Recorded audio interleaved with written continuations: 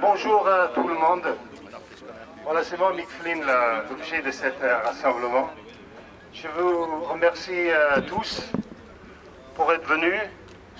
Je vois que mes camarades de la CGT sont très nombreux, mais je veux aussi souligner qu'il y a aussi des camarades de la CFDT, de Sud et de Force ouvrière aussi. Et ça me touche beaucoup qu'il y a un mouvement intersyndical autour de cette question, parce que je pense que c'est le fond de cette question, c'est la liberté syndicale, et surtout dans des boîtes de moins de 50 employés. Parce qu'au-delà de notre cas ici à Éclat, qui est un cas particulier, c'est la formation professionnelle linguistique, je crois que dans les petites boîtes qui sont sous-traitants ou prestataires de services pour les grosses boîtes comme Airbus, il y a énormément de choses à faire pour faire respecter les droits des travailleurs. Et les textes n'existent pas par rapport à mon cas particulier. Peut-être on est en train de faire une jurisprudence, peut-être on va sortir de là, ça va être quelque chose qu'on va gagner pour tout le monde. J'espère vraiment, parce que c'était dur. Harry et moi, on a passé 6 mois de calvaire, parce que le patron n'a pas accepté, n'a pas toléré quand on a contesté les élections pour interférence patronale.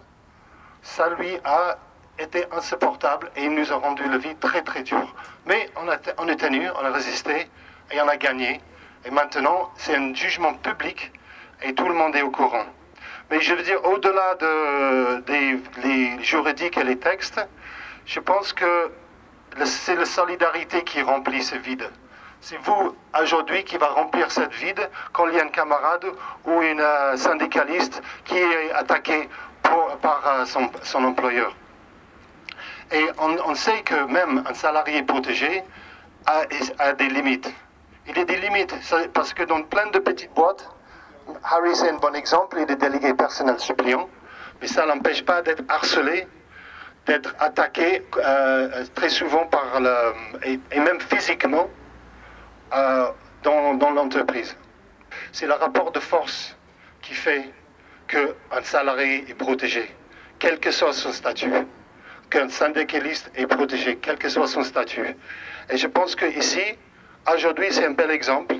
J'espère qu'il y a des camarades qui vont prendre des photos, qui vont filmer tout ça, parce que je crois qu'il faut diffuser ces images, il faut diffuser pour encourager des autres à s'organiser, à mettre en place la solidarité, parce que notre devise est et resterait toujours un pour tous et tous pour un. Merci beaucoup à vous.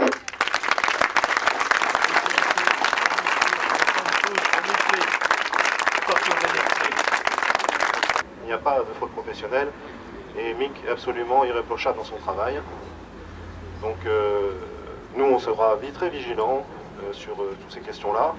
On a une longue expérience de discrimination syndicale chez Airbus, mais pas que chez Airbus, et du règlement de ces questions-là, que ce soit d'un point de vue prud'homal ou d'un point de vue pénal, et c'est des choses que nous ne lâcherons pas. Mais en général, c'est ça la réalité. Les 3/4 des entreprises ne sont pas forcément des grosses entreprises, et il y a des licenciements tous les jours.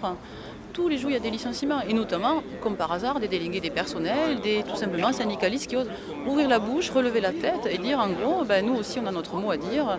Je pense qu'il faut encourager bien évidemment l'expression syndicale dans les boîtes et qu'il faut défendre et soutenir tous ces salariés qui se battent pour pouvoir tout simplement faire valoir leurs droits.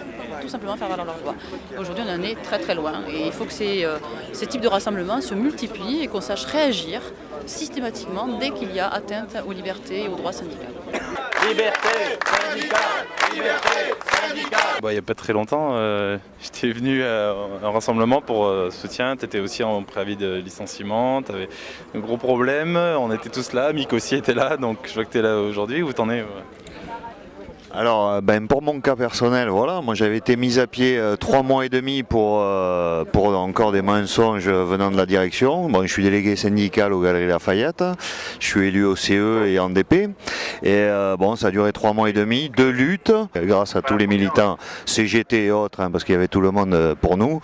Et au bout de 3 mois et demi, on m'a réintégré aux Galeries Lafayette. On a des petites sociétés où les personnes doivent être représentées parce que c'est là qu'elles sont les plus fragiles. Et on essaie de nous éliminer, entre guillemets, mais c'est à peu près ça aujourd'hui, petit à petit, en exerçant des pressions qui sont individuelles sur les syndicalistes. Aujourd'hui, clairement, il y a des entretiens disciplinaires qui sont faits, on monte des dossiers, on crée des pièces, on fait feu de tout bois pour pouvoir mettre à mal les représentants syndicaux. Voilà. Donc que tous ceux qui soient de tous bords que ce soit, de tout syndicat que ce soit, il faut absolument qu'on se serre les coudes. Voilà, c'est ça surtout. Il est indispensable qu'on soit tous ensemble pour défendre ceux qui seront visés dans ce cas-là. Et on souhaite que ça se généralise, non seulement dans les entreprises, mais comme je le disais, aussi dans le mouvement social, quand on voit ce qui se passe par rapport aux étudiants qui sont en lutte, quand on voit ce qui se passe dans la recherche, quand on voit ce qui se passe aussi dans les mouvements sociaux. On peut penser à droit au logement, on peut penser, enfin toute la liste, je ne vais pas l'énumérer. Je crois que dans tous ces cas-là, le seul moyen qu'on a de résister, c'est d'être tous ensemble. Et surtout dans un temps où on ne peut pas dire que la politique du gouvernement soit très favorable aux luttes et à ceux qui se battent. Et 1, et 2, et 3, 100 euros. Liberté syndicale, liberté syndicale, liberté syndicale, Liberté syndicale.